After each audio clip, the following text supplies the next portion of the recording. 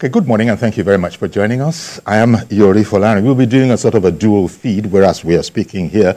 And but just to alert you that the station will also be transmitting directly a live event, the Voice of Women Conference and Awards, the 8th in the series, Achieving Women's Inclusion for a Sustainable Nigeria. Just to say that, but our business on the program this morning is emerging sort of breakthroughs, diplomatic breakthroughs in terms of our relations with the UAE. And our guest is Ambassador Elijah Onyeagba, former Nigerian ambassador to Burundi. He joins us via Zoom. Good morning, Ambassador. Good morning to you, Uncle Yuri. It's my pleasure to be here once again. Thank you very much. You know, it's out there that there seem to be sort of shall we say, improvements in relations between us and the United Arab Emirates. But I suppose one has to be careful so as not to overstate the case. Might I ask you, what exactly, because there are a number of issues that do require squaring off between us and the UAE. What's the sense you have about maybe President Tinubu's administration, his intervention, and what the state of affairs is at the moment between Nigeria and the UAE? Especially as it relates to traveling, air travel. Yes. Thank you very much. The overview of that, you remember that as at the time the president took over last year, we already had this issue of visa ban. We already had issues of remittances for UAE Airlines with respect to the Emirates, for example. Yes. That and Etihad, for example, that usually come to Nigeria because they had their, remittances stuck with the central bank for a while. And of course, that led them to discontinue the flights into the country. And in addition to that, we also had, visa ban related issues, So, of course, the president took over these relations from a very rocky standpoint. But of course, if you're in charge, once you become the president, you inherit both assets and liabilities. And I think that what has happened 2 days ago is a very good development because it basically means that we have restored the relations, especially as it has to do with the resumption of flight schedules into the country. And when I listened to the Minister of Aviation speak on this yesterday, he clearly made it, he clearly emphasized the fact that Nigeria had to review the bilateral air services agreement that they previously had with the UAE. And that is, it's not just the fact that we've opened our airspace to Emirates and, maybe Etihad to start coming in. It's also the fact that certain conditions and certain issues as relate to our own local airlines have also been addressed in that bilateral air services agreement. So that in itself represents a shift, it represents a breakthrough, it represents a win-win situation. So what I expect is that the local operators, for example, Air Peace and the likes, that have got the capacity to fly to the UAE should also have, the same way Emirates landed in Nigeria and have commenced the operation from October 1st this year. I also expect that level of reciprocity, and the minister also mentioned things like code sharing. Code sharing is a situation where you have one or two local airlines combining, to be able to take advantage of, opportunities that are out there. So I believe that a lot of work have gone in. And even when I also take this matter off of transport to visa as well, I also understand that there has been a lot of improvement with respect to, visa issuance to UAE. But I also get the sense that it's still a bit stringent. But in diplomatic circle, whatever you do to me, I do to you. The word is reciprocal. So I think that we've made a lot of improvements in that relations between Nigeria and the UAE. Well, as I said at the beginning of the program, we'd also be simultaneously broadcasting a live event. It's time for that now. But we continue on this channel with Ambassador Elijah Onyema, former Nigerian ambassador to Burundi, as we look at President Tinubu's diplomatic shuttle and the UAE breakthrough, meaning that matters are indeed being sorted out.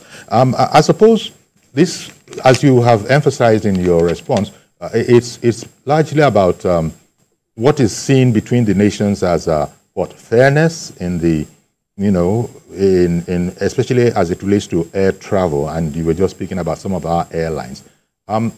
I wonder, their question has always been not being able to, you know, repatriate, you know, whatever their profits. All of that has been made easier, perhaps? Yes, clearly, if you followed what the Central Bank of Nigeria has been dealing with since they took over this present administration, you know, they had a huge backlog of foreign exchanges that they had to deal with here. You know, and from all indications, it means that that had been settled, and it also means that we've made progress. And if they hadn't succeeded, maybe they wouldn't have been able to resume operations. So it certainly means that those backlogs with respect to remittances and repatriation of their investments of funds that are trapped in Nigeria have been addressed. So obviously, that must have been one of the reasons why they have been able to come back, because they gave a long time. This is about 2 years. You know, so you know, for them to come back and start flying again with their first flight after that long break on the 1st of October. So I think we've made a lot of progress in that regard. Yeah, but apart from, you know, this air travel, which is, I imagine, the real highlight of this news that is gladdening the height of those in the diplomatic community, because it's all about harmonious relations between the countries. If you were to look at relations between the UAE and Nigeria, how would you just give us a capsule of the possibilities in there that we have to be careful to protect? Well, in this business, you know, every sovereign nation obviously tries to find partners, and I think that what Nigeria have done is to try to find a good partner, you know, with the UAE. This is also one of the first trips that the president embarked on as soon as he became the president. A few issues were misrepresented at the time, but I think that a lot of work have gone in the last 1 year to try to address those issues. The president took over, you know, office when I may even say that the relations between Nigeria and UAE were maybe at all-time low. I'm not quite sure if it's been worse than, you know, what it was at the time. You know, where Nigerians were banned from entering the country, where the airlines were not flying, where, you know, our own airlines were also not allowed to go the other way, and quite a lot of, you know, other issues. But I think a lot of work have gone into this direction. You know, the visa ban issue, the resumption of flights, investment opportunities. There was even conversation with respect to having foreign exchange liquidity program, you know, which was supposed to also help Nigeria deal with our own foreign exchanges as well, foreign exchange challenge that we have. But if you ask me, and if you look at the last 1 year, I think that while not even having ambassadors in place, a lot of work seems to be going into this shuttle diplomacy by the president himself. You know, trying to see what is possible, trying to work out, you know, how to be able to ameliorate or, you know, really play a key role in trying to find a better working relations at a bilateral level with the United Arab Emirates. And I think that those issues have been addressed. Yes, a lot of Nigerians are still complaining that the issue of visa is a bit, you know, the challenges are stringent. But I mean, the door is open.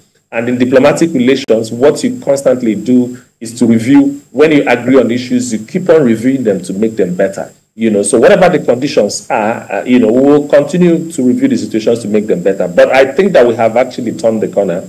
My honest assessment is that we have moved from point A to B in that relations. And that is also the reason why, you know, you can see the flights coming back. But most importantly, what I'd like to also see is the reciprocity. What is in it there for Nigerian local airlines? And I believe that the minister as much, you know, gave out a lot of information yesterday when he was being interviewed by the media. So we want to begin to see the implementation of what is in it for Nigeria, because it's not just enough for Emirates to come here and fly us to Dubai or fly Nigerians that are traveling to Dubai. What about, and of course, to other destinations? What about Air Peace? What about United Airlines? What about other Nigerian airlines that have got the capacity to fly to other routes? So it has to be reciprocal, and that's why I'm very happy that the Minister of Aviation took it upon himself to be able to review the existing bilateral agreement and then make some updates and make some reviews on them. So we don't have the details now in the public space, but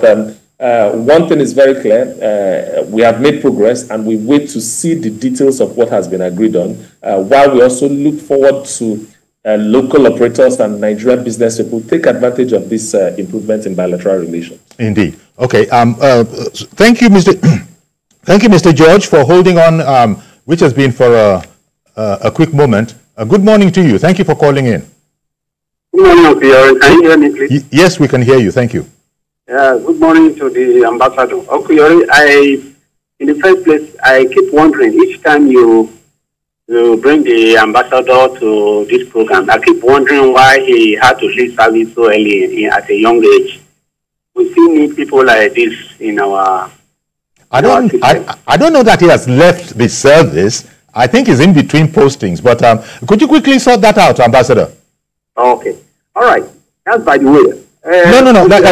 You brought up something. The ambassador was about to respond, and I'm interested myself. Thank you very let much. Me listen to him then. Thank you very much, my brother. I am a political ambassador, and every ambassador, first of all, serves at the pleasure of the president. Okay. Can you hear me? Yes. Anytime you're being called upon to serve, it's always a privilege, irrespective of your age.